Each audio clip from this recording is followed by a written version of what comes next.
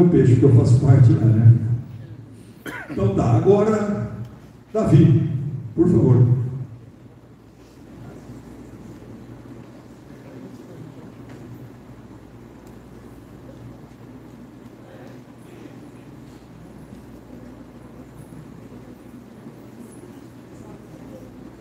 Meu querido amigo Davi.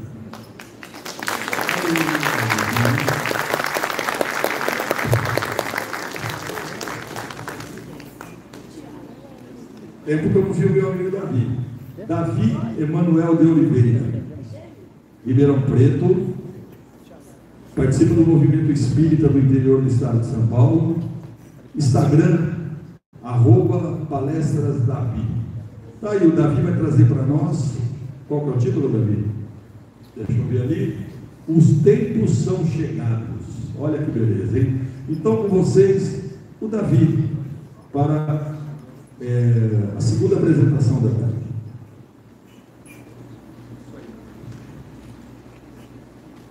Muito boa tarde.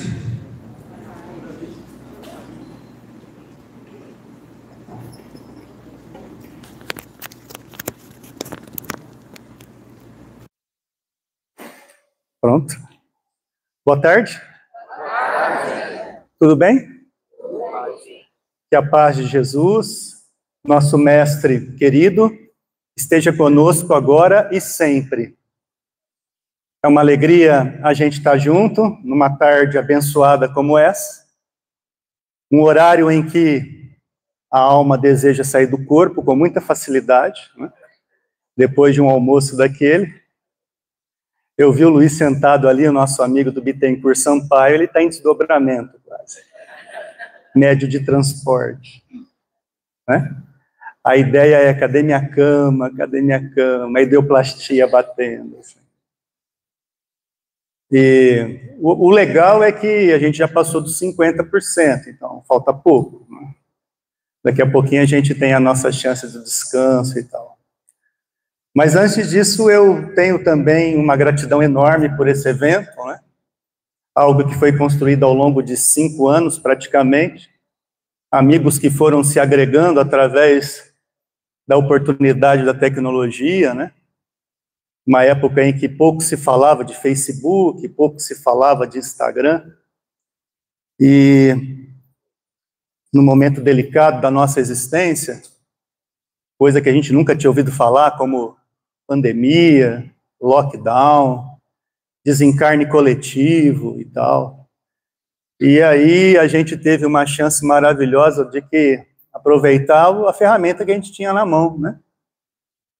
E aí vieram esses encontros, que inicialmente foram virtuais, mas depois a concretização, num evento grandioso como esse, da coisa ser presencial, né?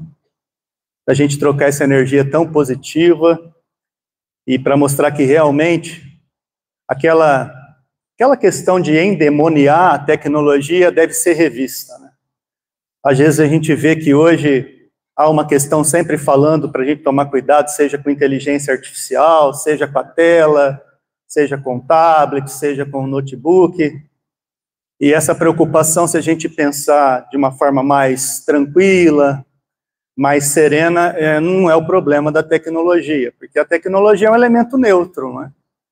A gente pode fazer um excelente uso, como a gente fez ao longo de um período difícil da nossa existência, coisa aconteceu super legal, ou a gente pode estragar tudo, como a gente tem visto, inclusive hoje, e infelizmente a gente tem que lembrar o que acontece muito na sala de aula, né? O que acontece muito com as nossas crianças, o que acontece muito com a questão dos nossos jovens, as questões da dificuldade que nós temos, principalmente, de trabalhar a questão do afeto, a questão principal da educação, que aí sim, para dar uma facilitada, a gente vai no restaurante e vê a criança com o celular para ficar quietinha enquanto a gente come. Né? Só que aquela tela, enquanto a gente está comendo, não produz só aquele silêncio naquele momento do jantar ou no momento do almoço. E aí sim, a tecnologia, quando mal empregada, vai dar chabu, inevitavelmente vai dar chabu. Porque faltou afeto, faltou carinho, faltou diálogo. E nós, enquanto espíritas, muitas vezes não colocamos a questão necessária de falar da importância da evangelização, da importância da mocidade espírita, da importância da casa espírita. E eu que tenho andado por aí, uma das minhas preocupações é não ver tanto jovem na casa espírita. Não vejo muitos jovens na casa espírita. E aí a gente pensa enquanto seres reencarnantes, como será, né, as nossas próximas reencarnações? Porque eu, mesmo não nascendo num berço espírita, eu tive uma chance de ter uma família que me ofereceu o espiritismo num dado momento da minha vida. E como será para as futuras gerações, aonde eu estarei integrado como ser reencarnante? Essa é uma pergunta importante. Eu gosto muito de uma frase que eu aprendi com o nosso saudoso Balieiro. Nessa encarnação, a gente deu sorte de conhecer o espiritismo, na próxima a gente não sabe. E essa é uma grande verdade. Então, a introdução do tema de hoje sobre a questão dos tempos são chegados é algo que traz ideias polissêmicas. Não é uma direção só, porque se fosse uma direção só, seria muito fácil. Chegar de falar aqui de Jesus, falar que o nosso objetivo final é a encarnação como espíritos dentro de uma perfeição relativa, tá ali. Mas o nosso alvo na atual reencarnação é pensar sobre o que eu entendo desse tempo, né, que chegou. O que tempo é esse? O que eu compreendo do tempo? O que eu faço com esse tempo? O que eu aproveito desse tempo? E essa é uma resposta muito legal, porque ela é individual e intransferível, porque não adianta vocês quererem responder para mim ou eu responder para vocês.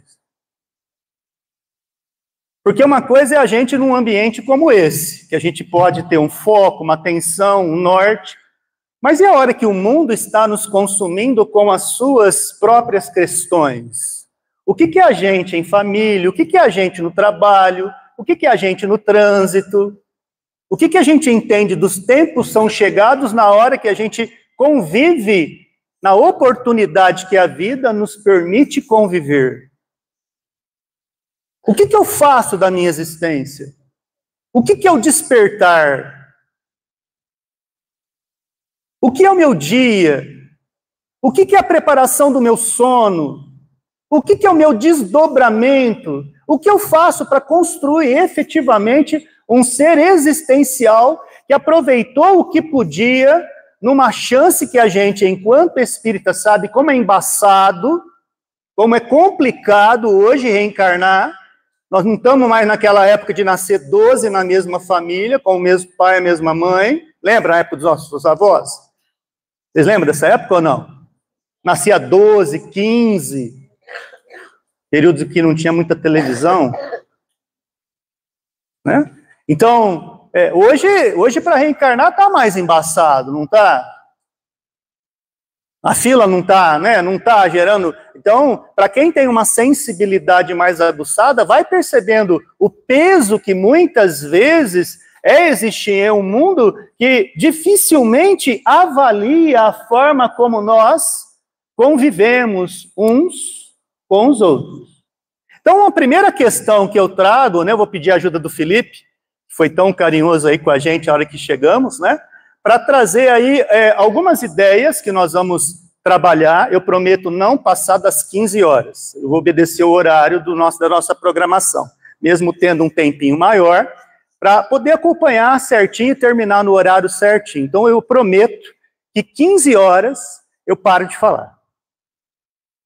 Tá? Para a gente seguir o nosso norte. Bom, então, eu trago essa noção sobre tempo chegado com uma reflexão emanuelina. Emmanuel trabalhando uma questão em nós para nos situar nesse mundo de provas e expiação, como eu estou agindo, como eu estou promovendo a minha existência diante das opções em que eu faço as minhas escolhas. E aí, quando eu estou falando disso, repito, é individual e intransferível. Se eu pergunto aqui para nosso grande público e seletos amigos, quem gosta de buchada, levanta a mão. Alguns gostam, estou vendo alguns, mas outros têm ojeriza. Outros não dá nem o cheiro daquilo quando está fazendo. Outros não querem nem saber de buchada. Então, esse exemplo truculento é exatamente para mostrar que nem sempre um caminho que eu acho legal, que eu acho super gostoso, que eu acho super sereno, que eu quero para mim, não é o mesmo caminho que agrada a todos aqueles pelos quais caminham comigo numa mesma existência. Então, é muito legal você pensar nessa historinha que Emmanuel nos conta no livro Pensamento e Vida, e aí ele nos explica uma questão sobre algo que nós temos de uma bomba atômica ao nosso favor, que recebe o nome de vontade. Só que até chegar à vontade, o nosso amigo, né, Emmanuel, vai falar que a nossa cabeça funciona como departamentos, como escritórios, como sedes, como divisões, até chegar no exercício da vontade. A vontade que não é exercida pelo gato, a vontade que não é exercida pelo cachorro, a vontade que não é exercida pelo irracional, mas pelo homem, é o instrumento que ele tem à sua disposição para evoluir e aí construir, sim, o seu caminho e a sua perfeição relativa, que depende do uso adequado desse instrumento, que alguns utilizam, sim, com bastante critério, né, na sua existência, e que outros peronomútil. Outros permitem viver a sua vida, tipo, já que aqui nós gostamos bastante de cantar, me acompanhe. Deixa a vida me levar. Deixa a vida me levar. Isso não é trabalhar à vontade. Porque nem sempre a vida me levando, ela me leva em lugares que efetivamente vão me levar para lugares bons.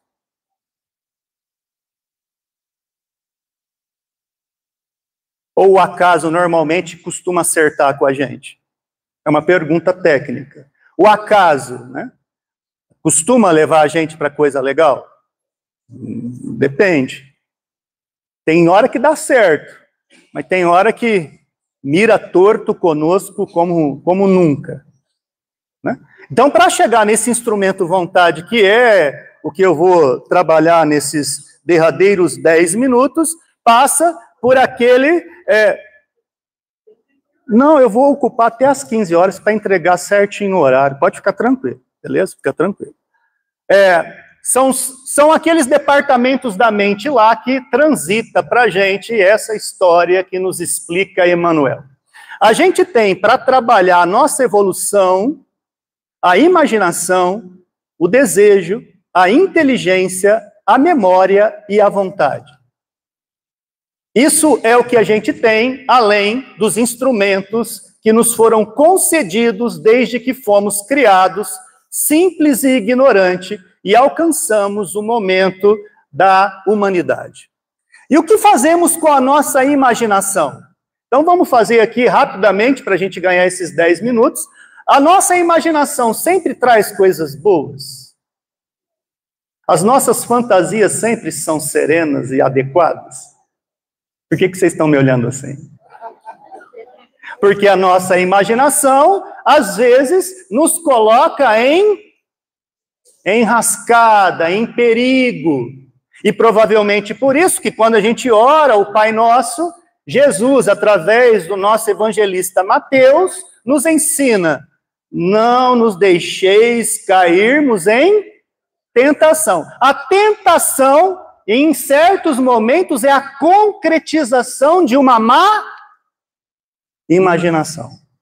A imaginação é o que nasce em nós, e nós, fazendo uso daquilo, podemos tornar realidade, e evidentemente que nem sempre o que a nossa imaginação produz é efetivamente positiva. Mas aí vem a pronta pergunta: mas a imaginação, ela pode ser boa?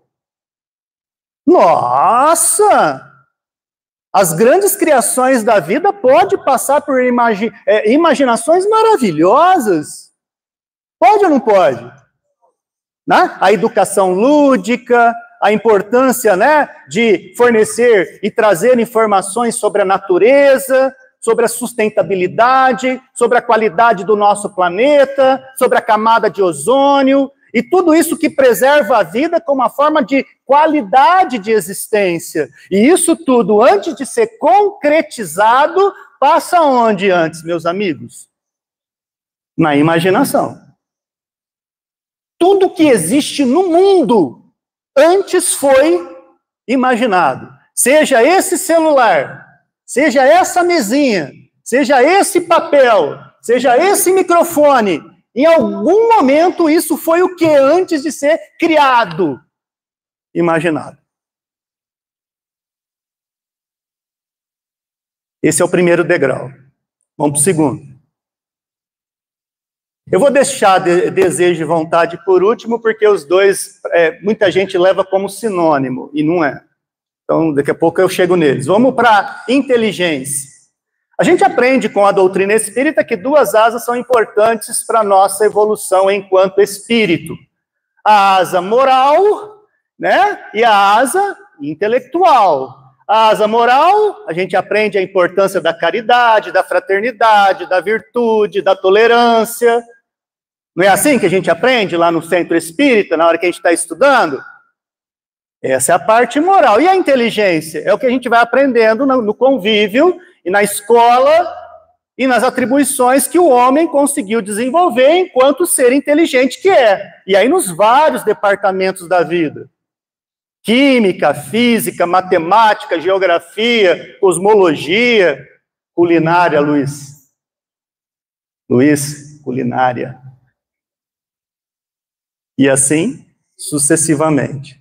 Portanto, a inteligência, dependendo de uma imaginação equivocada, de uma imaginação triste, faz com que o homem incorra em quê, meus amigos? Agora é hora da gente pensar junto. O que uma imaginação torpe, inútil, fútil, provoca em uma inteligência que se anexa a ela?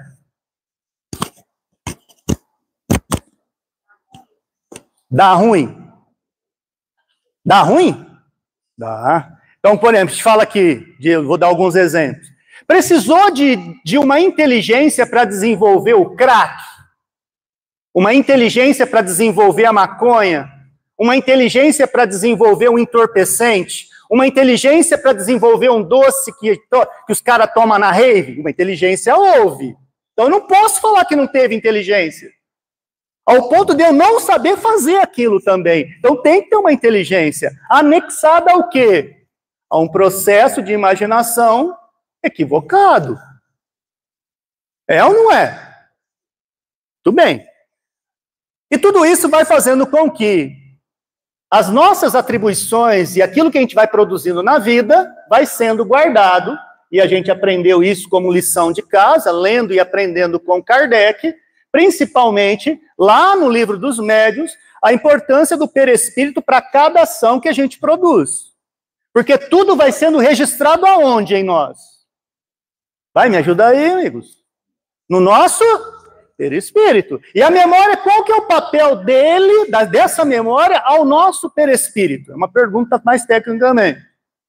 É graças a ela que a marca é feita. Que pode ser boa, levando-nos a uma condição de céu, ou pode ser ruim, trazendo-nos uma conotação de inferno. E a primeira ideia que nos remete agora é que céu ou inferno não depende de lugar, mas de como que anda a minha situação mental, como que anda a condição da minha consciência. Então a minha consciência, ela é constituída da imaginação que eu tenho. E isso vem também, e aqui estudando com a doutrina espírita, dessa vida e também das vidas pretéritas a essa. Nós não nascemos como uma tábua vazia. Não nascemos. Nós trazemos as nossas tendências. E às vezes, como criança, a gente já denuncia que tipo de indivíduo já, né, vem para esse mundo e que tipo de atitude vai trabalhar. Se vai ser carinhosa, se vai ser agressiva, se vai gostar de cuspir na cara, se vai gostar de dar carinho, se vai gostar de praticar bullying na escola, se vai... Percebeu? Então, esse tipo de movimento da nossa alma é aquilo que normalmente a gente responderá numa das questões empreendidas pelos espíritos superiores, naquilo que efetivamente, para quem é pai, para quem é mãe, para quem é responsável por um bacurizinho, né, é responder: o que fizeste dos filhos que vos confiei? Que tipo de norte você deu para o teu filho, parceiro? Ah, eu dei a melhor tela. E daí? Dei a melhor internet. Nossa, e daí? Dei a melhor escola. E daí? A vida real não é só isso. Às vezes uma família não é constituída disso. A verdadeira não. A gente se esquece muito dos beijos de luz, lembrado pela Ana aqui. A verdadeira presença, aquela de estar no momento mais embaçado da vida, onde todos se foram, e não sobrou ninguém, a não ser aquele ou aquela que do seu lado seria capaz de pisar no abismo com você. São raras essas pessoas, mas elas existem.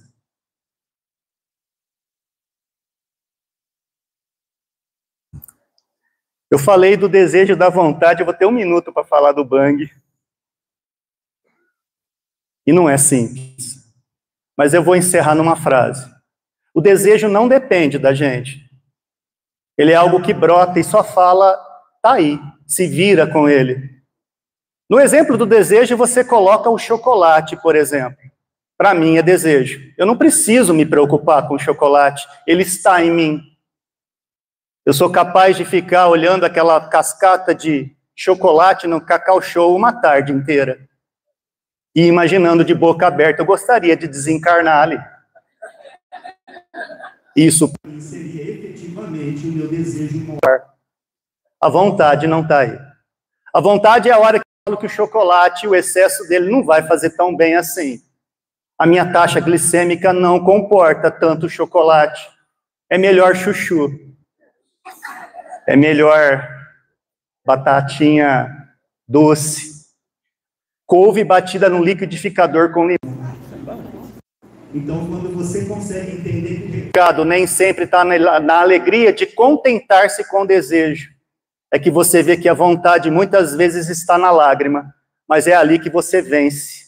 No momento em que você vê que o mundo te oferece algo para te virar uma pirueta e te oferecer um sorriso que vai te ferrar. Mas naquela hora você entende que você passa a ser livre quando você faz o que não quer. Que a paz de Jesus, nosso mestre querido, continue conosco, agora e sempre. Muito obrigado, amigos.